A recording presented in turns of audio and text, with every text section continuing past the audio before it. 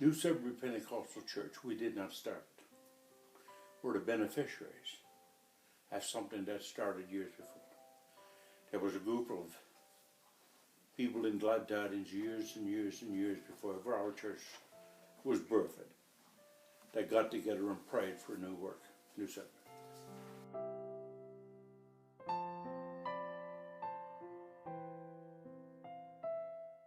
At Glad Tidings, it was overcrowded. They were having to go to 2 services and all, and they asked if anybody was willing to move out and start another church. The board was discussing expanding Glad Tidings, and then somebody had discussed how about pioneering. So I got a call one summer asking if I would be interested in being a candidate for the new work, along with some other people, I guess. And later that summer of '88, probably sometime in July, I was interviewed, got the job, but it was a Glad Tidings birth. One Sunday morning at Glad Tidings, they told us that church was going to be murdered, and that the pastor they had chosen was Pastor Brent. That's where he met Karen at Glad Tidings, I'm sure.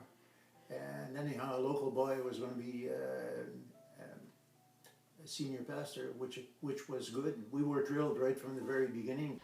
We thought, well, they're starting a new church. If God really wants us to move, He'll really impress it upon our hearts, and which He did. So we were quite happy to go. I preached a Sunday night in September. There was an altar call for those that felt called to start with the new work. I remember the first Sunday when he preached the message at Glad Tidings.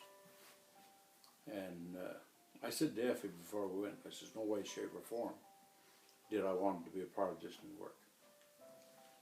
And when we got there, of course, God had something else in mind. And when Pastor Brent preached that Sunday, he might still remember it. Somewhere in his preaching anyway, he took the Bible and held it up. He said, one thing I'll never be found to do, or something along them lines, is compromise what the Word has to say. And right then and there, I felt, as the Lord said to me, well, you're going to be a part, and as a family, we became a part of the church of ours. I believe about 30 to 40 people stepped forward that night. I'm not sure the exact number, but there was 30 to 40 people. And we became, the founding members of the New Sudbury Church.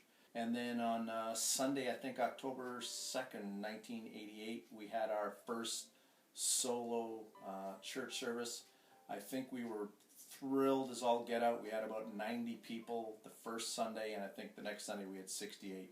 We took off with a flying...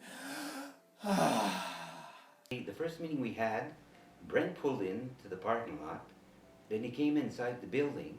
Next thing you know, we had to run outside because his car had backed up into the fence. He hadn't put it in park. So that was the first impression. Oh, we got a clumsy pastor, I think.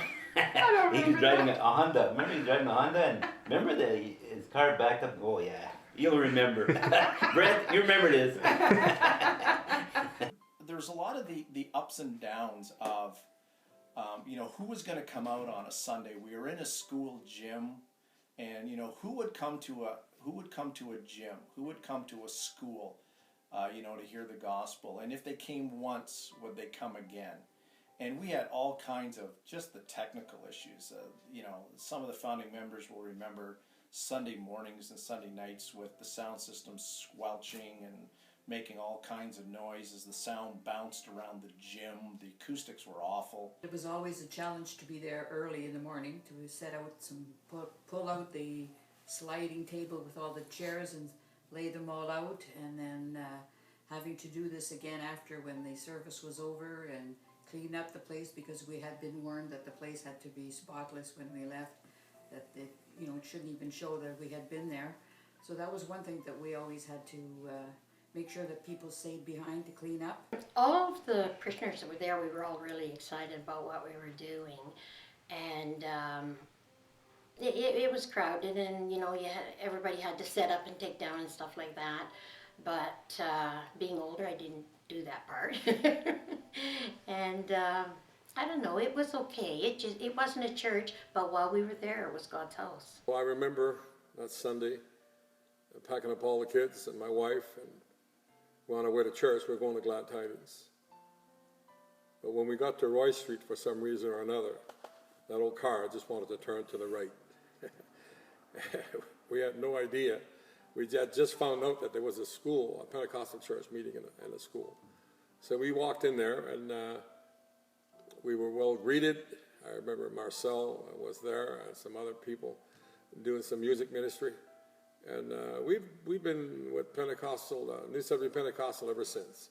We all knew why we were there, so we knew it was about getting a new work up and going, so there was great purpose behind us. We knew exactly why we were there, what we were trying to get accomplished. So in the midst of getting the relationships together, the big asset that we had was we knew what we wanted to do. It was a close-knit group, you know, the folks that were attending, eh? That's true. Kind of the pioneers, I guess. We were so well blended, like everybody taking the chairs out, everybody was willing to do whatever they could. You had to do a lot of things you never did before. I ended up teaching a Sunday school class I never taught before. You know what I mean? I was on the board, I never did before. So there was a lot of things you had to be involved in because there was nobody else. A close knit group, and we enjoyed our company together. Yeah, we'd do things. When you're a smaller group like a church, you know, you'd go to I think we go to Windy Lake, we'd have our summer picnics and, you know, things like that, you know, because you're smaller, you do those kind of things. So we planned with the kids club group, we planned a fishing trip, but it was ice fishing. So this first trip we went on Lake Wanapatei, and you know, Lake Wanapatei that year it froze really hard. And so we drove our vehicles on the ice to the other side of the bay. We had a real ball. I mean, we had a lot of fellowship. We had hot chili, hot chocolate, and then at one point, you know, we had a lot of fun, really. We got together, and so some of Pastor Brent's really loyal friends were just keeping an eye on his line while he was visiting and talking and well, taking his chili and hot chocolate. So all of a sudden, somebody started calling for Pastor Brent. Pastor Brent, I think there's something on your line. And he says, oh, it's cut down. So he gets rushed over to the hole. He bends down and he just touches the line, and he could feel the weight on it, and he started pulling it up. And everybody crowds around him because we hadn't got a bite yet. And so he's pulling this line up, and as he pulls it up, he gently pulls up. He says, it's still on. And he's pulling this thing up, and up when it comes through the hole, everybody broke out in a laughter. Somebody had tied a mug on the end of his line, so he didn't get a fish, but he got a mug. So, but we had fun. I was enjoying the nursery so much, and at that time the nursery, it was a newborn up to maybe even 5 or 6 years old. It was quite spread because we were a very small group, so it was quite enjoyable, and I expressed the concern to my wife about possibly not having enough babies to keep the nursery going. Boy, was I wrong. I forgot that God specializes in multiplication, so he's been very faithful to provide the numbers. Sometimes finances were a challenge, and thank goodness we had a mother church. I remember back in the early years of having a debt of, I don't know, $4,200 or $4,300. Pat Castonguay would remember because she was the treasurer. And we drove home a couple of times to make sure our tithes were in on Sunday if we were on holidays on the island, just to make sure mortgage payments were made. And Brett was the kind of guy, he knew about finance, he knew about administration, he knew about the word, he was an organizer, he had all the gifts that you need to start a church. He was very friendly. He always would drop around the house here, just come to talk to Dawn, maybe something about a car or anything else. He was always dropping in every unexpected, and I liked that about him. And we would offer to make a lunch, but then he finally said he had to quit eating lunches at everybody's house. Because he said, give me a drink of water. To have that kind of a pastor for that many years, we were totally blessed, totally blessed. And Karen, oh my, you couldn't ask for a better pastor's wife. No way. She was Karen. She was such a worker. Oh, she just took on so much. Pastor Brent being young and Karen, they were really, really into it. Their hearts were really into this. You know, I can remember many times when he was preaching, I thought, oh, if nobody was here, I'm sure all the trees and the plants would all come forward. And they just both had a real heart for God, and I think that was terrific. I think we all sensed it, so it helped us all to work together in this, and I thought it was great. The victories, and I mean, there's probably, you know, there's church victories, there were personal victories. I think the main victory was obviously that what we set out to do, we got done. You know, we established a significant second Pentecostal work in the area. You know, there's been stability there as it relates to people and finances and ministry. So at the end of the day, as I look back now, you know, all those years, I mean, we certainly got done what we needed to get done. I really enjoyed my time in fellowship there when there was the little church and it grew till it couldn't, no seating room for anybody. You tried to get to church early so you could get a seat before they added the new part. So I just enjoyed the family that I had, friends and whatnot from there. They were just always there for us. Came time for Pastor Brent to leave, and we were all brokenhearted, but we recognize today that pastors are transient. They need to move once they do their work, and God gave us another great pastor. He gave us Pastor Len, and he built the next phase, the east section of the church. Then we had Pastor Blake Davidson, a great man, who's a rep now for the area, for the POC, and now we have Pastor Chris, some young pastors, Pastor Corey and Pastor Christina. And it is exciting to see what God is doing with these young people. I think through all the pastors that we've had, the basic theme was about Jesus.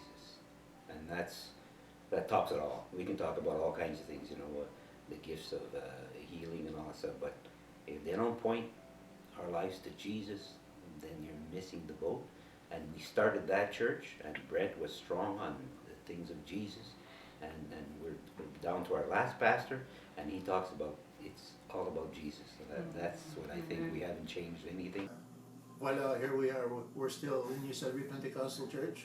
We've had a lot of people love us. We've had the opportunity to love a lot of people.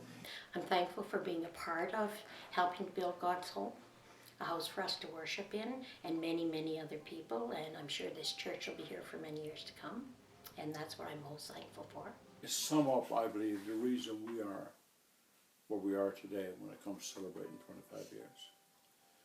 Faith in God, the faithfulness of God to us as a small group, and definitely the power of prayer. If I was going to answer, you know, the big thing or the one thing that I'm thankful for from a personal perspective, just from a personal perspective, I would say I was thankful for that I was able to be a part of that. I always look back on, especially the formative years, the early years of all of that, of having the privilege of being part of a new work. I believe there are way greater things in store for New Sudbury that we've ever seen. Our church, and I can't speak for anybody else and the few people I know, have prayed for revival. So these are exciting days. It's been exciting all along, but for some reason or another, I believe the best is yet to come. But these are great days, folks. These are great days. I'm looking forward to the next years ahead, what God is going to do at New Sudbury Pentecostal Church. Thank you.